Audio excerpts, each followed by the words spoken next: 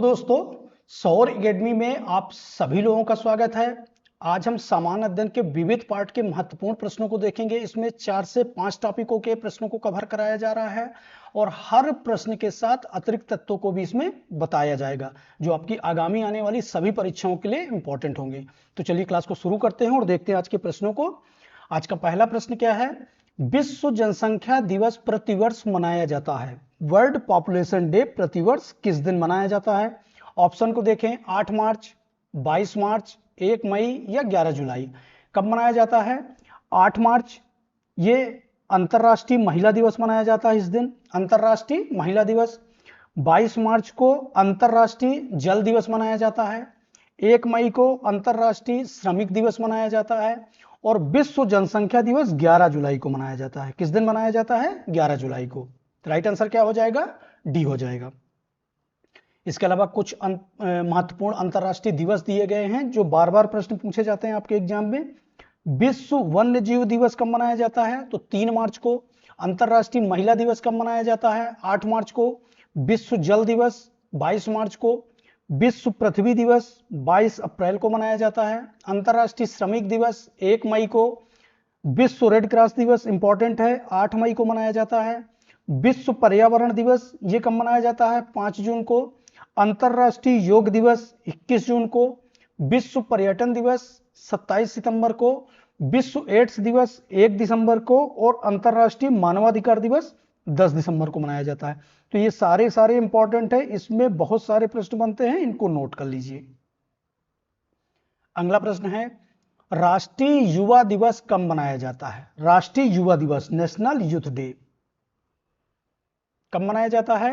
9 जनवरी, 12 जनवरी, 15 जनवरी, 25 जनवरी। तो कब मनाया जाता है? ये 12 जनवरी को मनाया जाता है। स्वामी विवेकानंद के जन्म दिवस को राष्ट्रीय युवा दिवस के रूप में मनाया जाता है और वो कब होता है? 12 जनवरी को। राइट आंसर क्या हो जाएगा? बी हो जाएगा। इसके अलावा 9 जनवरी को प्रवासी भारतीय दिवस के रूप में मनाते हैं। 15 जनवरी को हम किस रूप में मनाते हैं? तो ये आर्मी डे होता है, थल सेना दिवस, आर्मी डे होता है। 25 जनवरी को राष्ट्रीय मतदाता दिवस के रूप में मनाते हैं। इसके अलावा महत्वपूर्ण जो दिवस हैं, जो राष्ट्रीय दिवस है, उनको देख लेते हैं। 9 जनवरी को हम क्या मनाते हैं? प्रवासी भारतीय दिवस के रूप में। 12 जनवरी को राष्ट्रीय युवा दिवस के रूप में। 15 जनवरी को भारतीय थल सेना दिवस के रूप में। 25 जनवरी को राष्ट्रीय मतदाता दिवस के रूप में। 30 जनवरी को शहीद दिवस के रूप में, महात्मा गांधी के पुण्यतिथि के दिन। 28 फरवरी को राष्ट्रीय विज्ञान दिवस के रूप में मनाया जाता है। 29 अगस्त को राष्ट्रीय खेल दिवस के रूप में मनाया जाता है। 14 सितंबर को हिंदी दिवस के रूप में मनाया जाता है। 8 अक्टूबर को भारतीय वायुसेना दिवस। 4 दिसंबर को नौसेना दिवस। 7 दिसंबर को सशस्त्र बल झंडा दिवस। 16 दिसंबर को विजय दिवस और 23 दिसंबर को किसान दिवस, चौधरी चरण सिंह के जन्म दिवस को किसान दिवस के रूप में मनाया जाता है। तो इंपॉर्टेंट है, इनमें सारे के सारे जो महत्वपूर्ण दिवस है वो सारे कवर हो जाएंगे। कारगिल विजय दिवस मनाया जाता है। कारगिल विजय दिवस कब मनाया जाता है? ऑप्शन में देखें, 15 जनवरी, 26 जुलाई, 5 सितंबर या 14 नवंबर को। तो कब मनाया जाता है? ये 26 जुलाई को। जो कारगिल युद्ध 99 में हुआ था, उसके विजय के उपलक्ष्य में कारगिल विजय दिवस के रूप में मनाते हैं। और वो कौन सा दिन होता है? 26 जुलाई को। 26 जुलाई 1999 से मनाते चले आ रहे हैं। यहाँ पे कुछ महत्वपूर्ण अन्य राष्ट्रीय दिवस है। राष्ट्रीय बालिका दिवस कब मनाते हैं? तो ये 24 जनवरी को। राष्ट्रीय महिला दिवस 13 फरवरी को। राष्ट्रीय लोक सेवक दिवस 21 अप्रैल को। राष्ट्रीय पंचायती राज दिवस 24 अप्रैल को। राष्ट्रीय आतंकवाद विरोधी दिवस 21 मई को। चिकित्सक दिवस किस दिन मनाया जाता है? 1 जुलाई को। राष्ट्रीय हथकरघा दिवस 7 अगस्त को। सद्भावना दिवस 20 अगस्त को। राष्ट्रीय शिक्षक दिवस डॉक्टर एस राधाकृष्णन के जन्म दिवस को 5 सितंबर को राष्ट्रीय शिक्षक दिवस के रूप में मनाते हैं। बाल दिवस 14 नवंबर को पंडित जवाहरलाल नेहरू के जन्म दिवस को मनाते हैं। राष्ट्रीय गणित दिवस 22 दिसंबर को मनाते हैं। तो इस तरह से ये 3 प्रश्नों में महत्वपूर्ण राष्ट्रीय और अंतर्राष्ट्रीय दिवस सारे के सारे कवर हो रहे हैं और इन्हीं में से आपके एग्जाम में प्रश्न बनेंगे। तो महत्वपूर्ण फैक्ट हैं, इनको नोट कर लीजिए। अगला प्रश्न है, निम्नलिखित में से कौन सा एक राष्ट्रीय अवकाश नहीं है, नेशनल हॉलिडे नहीं है। यहां पे ऑप्शन में देखिए 26 जनवरी, 15 अगस्त, 2 अक्टूबर और 25 दिसंबर। तो राष्ट्रीय अवकाश जो नेशनल हॉलिडे हैं वो 3 होते हैं। पहला कौन सा होता है, 26 जनवरी गणतंत्र दिवस, जो भी हाल में ही मनाया गया है 78वां। अगला प्रश्न देख लेते हैं, निम्नलिखित में से कौन सा एक राष्ट्रीय अवकाश नहीं है, नेशनल हॉलिडे नहीं है। इनमें से 26 जनवरी, 15 अगस्त, 2 अक्टूबर, 25 दिसंबर। तो कौन सा राष्ट्रीय अवकाश नहीं है, तो राष्ट्रीय अवकाश जो नेशनल हॉलिडे हैं 3 हैं, वो कौन कौन से हैं, 26 जनवरी गणतंत्र दिवस के रूप में, 15 अगस्त स्वतंत्रता दिवस के रूप में जो अभी हाल में ही मनाया गया है 78वां स्वतंत्रता दिवस, 2 अक्टूबर गांधी जयंती के रूप में, 25 दिसंबर ये नेशनल हॉलिडे नहीं है। इसमें से 26 जनवरी, 15 अगस्त और 2 अक्टूबर ये तीनों के तीनों नेशनल हॉलिडे हैं। 25 दिसंबर नेशनल हॉलिडे नहीं है। 25 दिसंबर को हम किस रूप में बनाते हैं, एक तो पहला क्रिसमस डे बड़े दिन के रूप में, दूसरा पूर्व प्रधानमंत्री अटल बिहारी वाजपेयी के जन्म दिवस को राष्ट्रीय सुशासन दिवस के रूप में मनाते हैं। कौन से दिवस के रूप में, राष्ट्रीय सुशासन दिवस। महत्वपूर्ण प्रश्न है, यह भी बार बार पूछा गया है।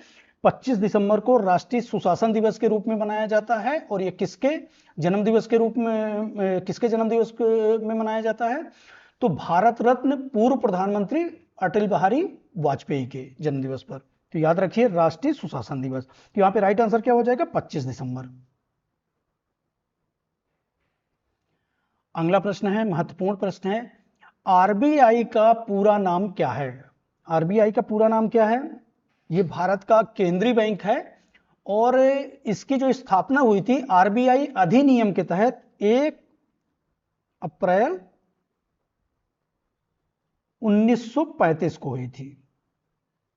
किस अधिनियम के तहत, आरबीआई अधिनियम 1934 के तहत 1 अप्रैल 1935 को हुई थी। और इसका राष्ट्रीयकरण कब हुआ था, 1 जनवरी 1949। यहां पे पूछा गया है फुल फॉर्म क्या है, इसका पूरा नाम क्या है, reserve bank of India, rural bank of India, rural bank of institute या रेगुलर बैंक ऑफ इंडिया। तो क्या है, reserve bank of India. RBI का पूरा नाम क्या है, रिजर्व बैंक ऑफ इंडिया। इसकी महत्वपूर्ण डिटेल देख लेते हैं। ये देश का केंद्रीय बैंक है। स्थापना इसकी भारतीय रिजर्व बैंक अधिनियम 1934 के प्रावधानों के अनुसार 1 अप्रैल 1935 को हुई थी। इसका राष्ट्रीयकरण कब हुआ था, तो 1 जनवरी 1949 को हुआ था। महत्वपूर्ण फैक्ट है, इसको याद कर लीजिए। संगठन में इसमें 1 गवर्नर और 4 अधिकतम उप गवर्नर होते हैं। मुख्यालय कहां है इसका, तो मुंबई है। और मुख्य रूप से यह कार्य क्या करता है, तो मौद्रिक नीतियों को तैयार करना और उसका क्रियान्वयन और निगरानी करना मुख्य रूप से इसका कार्य है। इसरो का पूरा नाम क्या है, इंपॉर्टेंट क्वेश्चन है, क्योंकि इसरो अभी अंतरिक्ष की दुनिया में भारत के लिए बहुत बड़े बड़े काम कर रहा है। इसका पूरा नाम क्या है, International Scientific Research Organisation, Indian Scientific Research Organisation, International Space Research Organisation या इंडियन स्पेस रिसर्च ऑर्गेनाइजेशन। क्या है इसरो का full form, Indian Space Research Organisation, Indian Space Research Organisation. Right answer क्या हो जाएगा, डी हो जाएगा। यहां पे महत्वपूर्ण बिंदुओं को देख लेते हैं। इसरो का पूरा नाम क्या है, भारतीय अंतरिक्ष अनुसंधान संगठन। इसरो भारत सरकार के अंतरिक्ष विभाग की एक अंतरिक्ष एजेंसी है। संस्थापक इसके कौन है, तो डॉक्टर विक्रम ए साराभाई हैं। मुख्यालय इसरो का कहां है, तो ये बेंगलोर में है। इसरो का गठन कब हुआ था, 15 अगस्त 1969 को हुआ था। यह प्रश्न में पूछा जाता है कि ऐसा कौन सा संगठन है भारत का जो जिसका गठन जो हुआ है वो 15 अगस्त को हुआ है, तो कौन सा, इसरो है। इसरो का जो मुख्य उद्देश्य है अंतरिक्ष प्रौद्योगिकी का विकास करना। इसरो का जो पहला उपग्रह आर्यभट्ट था, जिसको लॉन्च कब किया गया है, 19 अप्रैल 1975। इंपॉर्टेंट डेट है, इसको याद रखिए। 19 अप्रैल 1975 को इसरो द्वारा पहला उपग्रह लॉन्च किया गया था और ये क्या नाम दिया गया था, आर्यभट्ट। ये रूस की मदद से लॉन्च किया गया था और इसरो के वर्तमान अध्यक्ष कौन है? तो डॉक्टर एस सोमनाथ है। पहले अध्यक्ष कौन थे? संस्थापक डॉक्टर विक्रम ए साराभाई, और इसरो के अभी वर्तमान अध्यक्ष कौन है? तो डॉक्टर एस सोमनाथ है। ये सारे के सारे फैक्ट इंपॉर्टेंट है, इनको बहुत ध्यान से पढ़ लीजिए, नोट कर लीजिए। यूएनडीपी का पूरा नाम क्या है? यूएनडीपी का पूरा नाम क्या है? ऑप्शन में देखिए, United Nation Digital Programme, United Nation Democratic Programme, United Nation Democratic Project, या यूनाइटेड नेशन डेवलपमेंट प्रोग्राम। तो यूएनडीपी का फुल फॉर्म क्या है? United Nation Development Programme. United Nation Development Programme UNDP का फुल फॉर्म है। इसकी डिटेल देख लेते हैं। फुल फॉर्म क्या है? यूनाइटेड नेशन डेवलपमेंट प्रोग्राम, संयुक्त राष्ट्र विकास कार्यक्रम। इसकी स्थापना कब हुई थी? तो 22 नवंबर 1965 में संयुक्त राष्ट्र महासभा द्वारा इसकी स्थापना हुई थी। मुख्यालय कहाँ है? न्यूयॉर्क में है। और मुख्य रूप से इसका कार्य क्या है? तो वैश्विक स्तर पर गरीबी को खत्म करना, सतत आर्थिक विकास, सस्टेनेबल डेवलपमेंट प्रोग्राम, मानव विकास हासिल करने में मदद करना। यूएनडीपी द्वारा जारी सूचकांक जो है, मानव विकास सूचकांक एचडीआई, कौन जारी करता है? तो यूएनडीपी ही जारी करता है। यूएनडीपी संयुक्त राष्ट्र सतत विकास समूह यूएनएसडीजी का मुख्य केंद्र है। तो ये फैक्ट भी नोट कर लीजिए। आईएसआई का पूरा नाम क्या है? आईएसआई ये खुफिया एजेंसी है, और ये किस देश से संबंधित है? तो ये पाकिस्तान से संबंधित है। पाकिस्तान की खुफिया एजेंसी है आईएसआई। कई बार न्यूज में नाम सुना होगा। इसका फुल फॉर्म क्या है? पूरा नाम क्या है? Islamic student institute, inter service intelligence, international sociology institute, या इंटरनेशनल साइंटिफिक इंफ्रास्ट्रक्चर। तो क्या है? Inter service intelligence. क्या है? इंटर सर्विस इंटेलिजेंस आईएसआई का पूरा नाम है। इसके अलावा जो महत्वपूर्ण गुप्तचर संस्थाएं हैं उनको देख लेते हैं। भारत की गुप्तचर संस्था क्या है? तो रा है, research and analysis wing, IB intelligence bureau, ये दो भारत की हैं। अमेरिका की क्या है? FBI, federal bureau of investigation, CIA. Pakistan की जिसकी बात हो रही थी, इंटर सर्विस इंटेलिजेंस, ये खुफिया एजेंसी कहां की है? भारत की, सॉरी पाकिस्तान की। ब्रिटेन की मिलिट्री इंटेलिजेंस, ये किसकी है? ब्रिटेन की। चाइना की क्या है? Ministry of state security. इसके अलावा इजराइल की मोसाद है, जापान की नाइचो है, इराक की अल मुखबरात है। ये सारे के सारे इंपॉर्टेंट है, इसमें से कोई भी प्रश्न बन सकता है, इनको देख लीजिए। अगला प्रश्न है, वेल्थ ऑफ नेशन के लेखक हैं। वेल्थ ऑफ नेशन के लेखक कौन है? यहां पे ऑप्शन में देख लेते हैं। David Ricardo, J.M.. Keynes, Adam Smith, Gunnar Myrdal. तो कौन है? ये एडम स्मिथ हैं। वेल्थ ऑफ नेशन के लेखक कौन है? Adam Smith. राइट आंसर क्या हो जाएगा? सी हो जाएगा।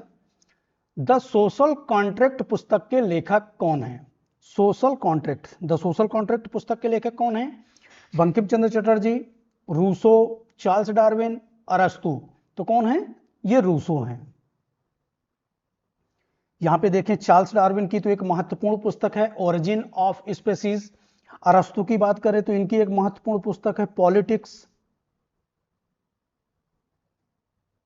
यहां पे देख लें, चार्ल्स डार्विन की कौन सी है? Origin of species. अरस्तु की politics. Doctor APJ Abdul Kalam की महत्वपूर्ण पुस्तकों में से wings of fire, India 2020। Rabindranath Tagore की Gitanjali, post office, Chitra, the code answer, the king of dark chamber इत्यादि महत्वपूर्ण पुस्तकें, इनको भी नोट कर लीजिए। गुलामगिरी के लेखक हैं। गुलामगिरी के लेखक कौन हैं? अरविंद घोष, महात्मा गांधी, ज्योतिबा फूले, स्वामी दयानंद सरस्वती। तो कौन है? ज्योतिबा फूले। राइट आंसर क्या हो जाएगा? सी हो जाएगा। कुछ महत्वपूर्ण अन्य पुस्तकें भी देख लेते हैं। ज्योतिबा फूले की महत्वपूर्ण पुस्तक कौन सी है? गुलामगिरी। स्वामी दयानंद सरस्वती की महत्वपूर्ण पुस्तक है सत्यार्थ प्रकाश, प्रश्न पूछा जाता है। बंकिम चंद्र चटर्जी, आनंद मठ। जवाहरलाल नेहरू की डिस्कवरी ऑफ इंडिया। लाला लाजपत राय की कौन सी पुस्तक है? Unhappy India. अरविंद घोष की वंदे मातरम। महात्मा गांधी की young India, Harijan, Indian opinion. ये महात्मा गांधी की महत्वपूर्ण पुस्तक है। तो इनको भी याद रखिए। देवेंद्रनाथ टैगोर की इंडियन मिरर। प्रसिद्ध पुस्तक गीत गोविंद किसके द्वारा लिखी गई है? गीत गोविंद महत्वपूर्ण पुस्तक है, कई बार पूछा गया है। कालिदास, नानभट्ट, जयदेव या मीराबाई? तो कौन है इसके लेखक? जयदेव। गीत गोविंद के लेखक कौन है? जयदेव हैं। कुछ अन्य महत्वपूर्ण लेखक और उनकी पुस्तकें हैं, इनको भी देख लेते हैं। विशाखा दत्त द्वारा रचित कौन सी है? तो मुद्रा राक्षस। जयदेव गीत गोविंद के रचयिता हैं। मैथिली शरण गुप्त, भारत भारती, कल्हड़ कौन सी पुस्तक रचे हैं? राज तरंगड़ी, जिसमें कश्मीर का वर्णन मिलता है। विष्णु शर्मा द्वारा रचित पंचतंत्र। पाणिनि अष्टाध्यायी। कालिदास द्वारा कुमार संभवम, रघुवंशम, अभिज्ञान शकुंतलम, मेघदूतम प्रमुख हैं। अबुल फजल द्वारा अकबरनामा, आईने अकबरी। अल बरूनी किताबुल हिंद। विशाखा दत्त द्वारा मुद्रा राक्षस, ये बार दोबारा रिपीट हो गया है तो इनको देख लीजिए। ये महत्वपूर्ण पुस्तकें हैं जो बार बार आपके प्रश्न एग्जाम में प्रश्न बनते हैं, इसको नोट कर लीजिए। On the origin of speech नामक पुस्तक के लेखक कौन है? ओरिजिन ऑफ स्पीसीज नामक पुस्तक के लेखक कौन है? ऑप्शन में देखें, रूसो, अरस्तु, चार्ल्स डार्विन या प्लूटो। तो कौन है? ये चार्ल्स डार्विन है। कौन है? Charles Darwin. इसके अलावा कुछ महत्वपूर्ण अन्य पुस्तकें भी देख लेते हैं। रूसो द्वारा द सोशल कॉन्ट्रैक्ट है। अरस्तु द्वारा लिखित पॉलिटिक्स है। Plato the republic. Lala Lajpat Rai unhappy India. Arvind Ghosh Vande Mataram. Mahatma Gandhi द्वारा young India, Harijan, Indian opinion. Devendranath Tagore द्वारा इंडियन मिरर। जेम्स हिक्की द्वारा बंगाल गजट। राजेंद्र प्रसाद द्वारा सत्याग्रह and Champaran, India divided. Swami Dayanand Saraswati द्वारा सत्यार्थ प्रकाश। महत्वपूर्ण पुस्तकें, इनको देख लीजिए। भारत का राष्ट्रीय आदर्श वाक्य सत्यमेव जयते कौन से शास्त्र से लिया गया है? भारत का राष्ट्रीय आदर्श वाक्य क्या है? सत्यमेव जयते। पहला प्रश्न यही बनता है। और ये कौन से शास्त्र से लिया गया है? भगवत गीता, विष्णु पुराण, मत्स्य पुराण, मुंडकोपनिषद। तो कहां से लिया गया है? मुंडकोपनिषद से लिया गया है। राइट आंसर क्या हो जाएगा? डी हो जाएगा। इसके अलावा इनकी महत्वपूर्ण और डिटेल देख लेते हैं। मुंडकोपनिषद भारत का राष्ट्रीय आदर्श वाक्य सत्यमेव जयते मुंडकोपनिषद से लिया गया है।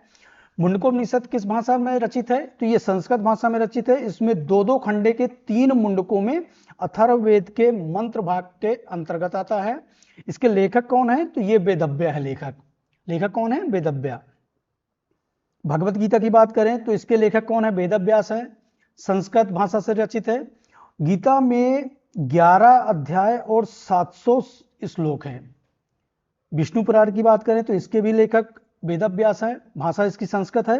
और सबसे जो प्राचीन पुराण है, ये कौन सा पुराण है? मत्स्य पुराण है। 18 पुराणों में से सबसे प्राचीन पुराण है कौन सा है? मत्स्य पुराण। ये प्रश्न भी पूछा जाता है। भारत का राष्ट्रीय गीत किस ग्रंथ से लिया गया है? भारत का राष्ट्रीय गीत किस ग्रंथ से लिया गया है? नेशनल सॉन्ग आनंद मठ, मुंडकोपनिषद, कठोपनिषद, भारत भारती। तो किस ग्रंथ से लिया गया है? ये आनंद मठ से लिया गया है। बंकिम चंद्र चटर्जी द्वारा रचित ये ग्रंथ है। डिटेल देख लेते हैं। भारत का राष्ट्रीय गीत क्या है? वंदे मातरम है। 1882 में प्रकाशित आनंद मठ के से लिया गया है। रचयिता इसके कौन है? तो बंकिम चंद्र चटर्जी हैं। वंदे मातरम पहली बार 1896 में भारतीय राष्ट्रीय कांग्रेस के कलकत्ता अधिवेशन में रविन्द्रनाथ टैगोर द्वारा गाया गया था। प्रश्न पूछा जाए कि राष्ट्रीय गीत पहली बार कब गाया गया था? तो 1896 में गाया गया था। कहां पे गाया गया था? तो भारतीय राष्ट्रीय कांग्रेस के कलकत्ता अधिवेशन में गाया गया था। और किसके द्वारा? रविन्द्रनाथ टैगोर के द्वारा गाया गया था। ये सारे फैक्ट इंपॉर्टेंट है, इनको नोट कर लीजिए। भारत रत्न प्राप्तकर्ता प्रथम खिलाड़ी निम्नलिखित में से कौन है? एकमात्र भारत के खिलाड़ी हैं जिन्हें भारत का सर्वोच्च नागरिक सम्मान भारत रत्न से सम्मानित किया गया है। वो कौन है? ऑप्शन में देखिए, मेजर ध्यानचंद हॉकी का जादूगर कहा जाता है और इन्हीं के नाम पर खेल का सर्वोच्च खेल रत्न अवार्ड मेजर ध्यानचंद खेल रत्न अवार्ड नाम पड़ा है। पीटी उषा ये महत्वपूर्ण एथलेटिक हैं और अभी वर्तमान में आईओसी जो भारतीय ओलंपिक संघ है उनकी अध्यक्ष भी हैं। सचिन तेंदुलकर जिन्हें क्रिकेट का भगवान, मास्टर ब्लास्टर, लिटिल मास्टर कहा जाता है, ये भारत रत्न प्राप्तकर्ता प्रथम खिलाड़ी हैं। राइट आंसर क्या हो जाएगा? सी हो जाएगा, सचिन तेंदुलकर।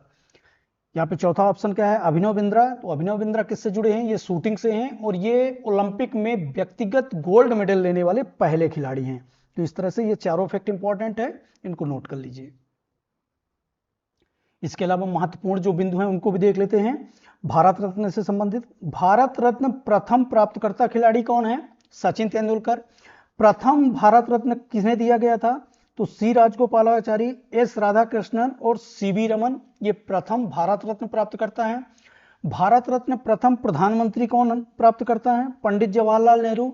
भारत रत्न प्रथम प्राप्तकर्ता राष्ट्रपति कौन है? तो डॉक्टर राजेंद्र प्रसाद। भारत रत्न प्रथम प्राप्तकर्ता मरणोपरांत किन्हें दिया गया था? तो लाल बहादुर शास्त्री। भारत रत्न प्रथम प्राप्तकर्ता महिला वर्ग में श्रीमती इंदिरा गांधी। भारत रत्न प्राप्तकर्ता प्रमुख विदेशी प्राप्तकर्ता कौन है? तो खान अब्दुल गफ्फार खान है। प्रथम वैज्ञानिक प्राप्तकर्ता कौन है? सीवी रमन। प्रथम संगीतकार कौन है? तो डॉक्टर MS सुब्बालक्ष्मी, जिन्हें भारत रत्न पहला प्रदान किया गया था। इसके अलावा भारत का ये सर्वोच्च नागरिक सम्मान है। स्थापना इसकी 2 जनवरी 1954 में हुई थी और पहले प्राप्तकर्ता कौन है? सी राजगोपालाचारी, एस राधाकृष्णन और सीवी रमन है। भारतीय संविधान में उल्लेख कहां पे मिलता है? तो आर्टिकल 18(1) में इसका वर्णन मिलता है। अगला प्रश्न देख लेते हैं। भारत के प्रथम नोबेल पुरस्कार प्राप्तकर्ता कौन है? प्रथम नोबेल पुरस्कार प्राप्तकर्ता, इंपॉर्टेंट क्वेश्चन है, वो कौन है? यहां पे ऑप्शन में देखिए, Amartya Sen, mother Teresa, CV Raman या रविन्द्रनाथ टैगोर है। तो कौन है? ये रविन्द्रनाथ टैगोर हैं, जिन्हें 1913 में साहित्य के क्षेत्र में दिया गया था। किस क्षेत्र में दिया गया था? साहित्य के क्षेत्र में। यह भी प्रश्न पूछा जाता है कि रविन्द्रनाथ टैगोर को नोबेल पुरस्कार किस क्षेत्र में दिया गया था? तो यह साहित्य के क्षेत्र में दिया गया था। कब दिया गया था? 1913। इनकी एक महत्वपूर्ण साहित्य है गीतांजलि। गीतांजलि के लिए इन्हें प्रदान किया गया था। इसके लिए जो महत्वपूर्ण विजेता हैं, जो अभी तक जिन्हें नोबेल पुरस्कार भारत में मिला है, रविन्द्रनाथ टैगोर पहले 1913 में साहित्य के क्षेत्र में दिया गया है। सीवी रमन को कब दिया गया है? 1930 में भौतिक विज्ञान के क्षेत्र में। हरगोविंद खुराना को 1968 में मेडिसिन के क्षेत्र में। मदर टेरेसा को 1979 में शांति के क्षेत्र में। सुब्रमण्यम एस चंद्रशेखर को 1983 में भौतिक विज्ञान के क्षेत्र में। अमर्त्य सेन को 1998 में अर्थशास्त्र के क्षेत्र में। वेंकटरमन राधाकृष्णन को रसायन विज्ञान के क्षेत्र में। कैलाश सत्यार्थी को 2014 में शांति के क्षेत्र में और अभिजीत बनर्जी को 2019 में अर्थशास्त्र के क्षेत्र में दिया गया। तो अभी तक टोटल 9 लोगों को यह पुरस्कार दिया जा चुका है। इस फैक्ट को भी याद रखिए। नोबेल पुरस्कार की बात करें तो यह स्वीडन के वैज्ञानिक अल्फ्रेड नोबेल ने इसकी स्थापना की थी। स्थापना वर्ष 1901 में हुई थी। अल्फ्रेड नोबेल ने डायनामाइट की खोज 1867 में की थी और पहले जो नोबेल प्राइज मिलता था वो 5 विषयों में मिलता था। उसके बाद 1967 में अर्थशास्त्र की शुरुआत हुई, जिसे 1969 में पहली बार प्रदान किया गया था। तो इंपॉर्टेंट है, ये पुरस्कार अल्फ्रेड नोबेल की याद में दिया जाता है। महात्मा गांधी शांति पुरस्कार के तहत कितनी पुरस्कार राशि प्रदान की जाती है? महात्मा गांधी शांति पुरस्कार, ये अंतरराष्ट्रीय पुरस्कार है और ये इसमें कितनी राशि प्रदान की जाती है? 1 करोड़ रुपए, 2.5 करोड़ रुपए, 5 करोड़ रुपए या 10 करोड़ रुपए। तो कितनी राशि प्रदान की जाती है? 1 करोड़ रुपए। राइट आंसर क्या हो जाएगा? ए हो जाएगा। डिटेल देख लेते हैं। भारत सरकार द्वारा दिया जाने वाला ये अंतरराष्ट्रीय गांधी शांति पुरस्कार है। पहले इसमें 1 करोड़ रुपए, 2023 से 1.2 करोड़ रुपए प्रदान किए जाते हैं। शुरुआत इसकी कब हुई थी? ये शुरुआत इसकी हुई थी मोहनदास करमचंद गांधी, महात्मा गांधी के 150वीं जो जयंती थी उसके उपलक्ष्य में। अहिंसा और अन्य गांधीवादी तरीकों के माध्यम से सामाजिक, आर्थिक और राजनीतिक परिवर्तन में योगदान देने के लिए यह पुरस्कार प्रदान किया जाता है। प्रथम पुरस्कार 1995 में दिया गया था। किसे दिया गया था? जूलियस कंबारेज न्येरे, एक तंजानियाई राजनीतिक थे और अभी हाल में ही 2021 में गीता प्रेस को दिया गया है। तो इस तरह से इंपॉर्टेंट है, हाल प्रेजेंट वाला भी और ये प्रथम पुरस्कार। अगला प्रश्न है, निम्नलिखित में से सिनेमा के क्षेत्र में उत्कृष्टता के लिए कौन सा पुरस्कार दिया जाता है? सिनेमा के क्षेत्र में उत्कृष्टता के लिए कौन सा सर्वश्रेष्ठ पुरस्कार दिया जाता है? यहाँ पे ऑप्शन में देखिए, कालिदास सम्मान, सरस्वती सम्मान, फिल्म फेयर अवार्ड या दादा साहब फाल्के पुरस्कार। तो कौन सा पुरस्कार है? ये दादा साहब फाल्के पुरस्कार। भारतीय सिनेमा का जनक भी कहा जाता है दादा साहब फाल्के को। डिटेल देख लेते हैं। भारतीय सिनेमा का सर्वोच्च पुरस्कार है। स्थापना इसकी वर्ष 1969 में 1969 में हुई थी। प्रदानकर्ता कौन है? तो सूचना एवं प्रसारण मंत्रालय द्वारा इसको प्रदान किया जाता है। पुरस्कार राशि के रूप में इसमें एक स्वर्ण कमल, 10 लाख रुपए का नगद, एक प्रमाण पत्र, रेशम की एक पट्टिका और एक साल पुरस्कार के तौर पर प्रदान किया जाता है। प्रथम प्राप्तकर्ता कौन है? तो वर्ष 1969 में देविका रानी को प्रदान किया गया था। दादा साहब फाल्के को भारतीय सिनेमा का जनक भी कहा जाता है। इंपॉर्टेंट फैक्ट है, यदि पूछा जाए कि फादर ऑफ इंडियन सिनेमा किसे कहा जाता है तो ये दादा साहब फाल्के हैं और उन्हीं के नाम पर भारतीय सिनेमा का सर्वोच्च पुरस्कार का नाम रखा गया है। किस खेल स्पर्धा में प्रतियोगिता वाले मैदान को रिंग कहा जाता है? रिंग किस खेल या प्रतियोगिता वाले मैदान को कहा जाता है? यहां पे ऑप्शन में देखिए, जूडो, मुक्केबाजी, कराटे या गोल्फ। तो किसको कहा जाता है? मुक्केबाजी को। मुक्केबाजी का जो खेल परिसर होता है उसे किस नाम से जाना जाता है? रिंग के नाम से जाना जाता है। राइट आंसर क्या हो जाएगा? बी हो जाएगा। इसके अलावा महत्वपूर्ण खेल जो हैं और उनके खेल परिसर हैं ये भी देख लीजिए। क्रिकेट और रग्बी के खेल परिसर को क्या कहा जाता है? पिच। फुटबॉल, हॉकी, पोलो को फील्ड कहा जाता है। स्केटिंग और मुक्केबाजी जो प्रश्न में पूछा गया है रिंग कहा जाता है। निशानेबाजी और तीरंदाजी के खेल परिसर को क्या कहा जाता है? तो रेंज कहा जाता है। इसके अलावा badminton, tennis, kho kho, kabaddi, handball, volleyball, netball के खेल परिसर को कोर्ट कहा जाता है। तैराकी को पूल, टेबल टेनिस को क्या कहा जाता है? तो बोर्ड के नाम से जाना जाता है। साइकिलिंग के खेल परिसर को वेलोड्रम के नाम से जाना जाता है, ये प्रश्न भी पूछा जाता है। गोल्फ को कोर्स, जूडो, कराटे और ताइक्वांडो को मैट के नाम से, इसके खेल परिसर को किस नाम से जाना जाता है? तो मैट के नाम से जाना जाता है। इंपॉर्टेंट है, इनको देख लीजिए। ओलंपिक खेलों का आयोजन कितने वर्षों में किया जाता है? ओलंपिक खेल अभी हाल में ही ओलंपिक खेल हुए हैं, संपन्न हुए हैं और इंपॉर्टेंट है, इसमें बहुत सारे फैक्ट बनते हैं। यहां पे पूछा गया है कितने वर्षों में ये आयोजित किया जाता है या कितने वर्षों के उपरांत आयोजित किया जाता है? 2 वर्षों के, हर चौथे वर्ष, 5वें वर्ष या 10वें वर्ष। तो ओलंपिक खेल का आयोजन कब किया जाता है? चौथे वर्ष में। प्रत्येक चौथे वर्ष में ओलंपिक खेलों का आयोजन किया जाता है। ओलंपिक खेलों से संबंधित महत्वपूर्ण डिटेल देख लेते हैं। प्राचीन ओलंपिक खेलों की शुरुआत कब हुई थी? तो 776 ईसा पूर्व में हुई थी यूनान के ओलंपिया शहर में।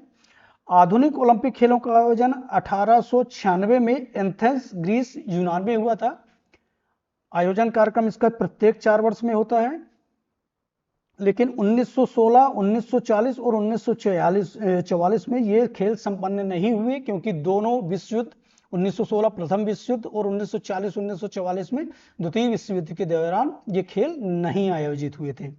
नामकरण इसका ओलंपिया में खेले जाने के कारण ओलंपिक पड़ा। अंतरराष्ट्रीय ओलंपिक समिति का मुख्यालय कहां पे है? तो लुसाने, स्विट्जरलैंड में है। यह प्रश्न भी पूछा जाता है।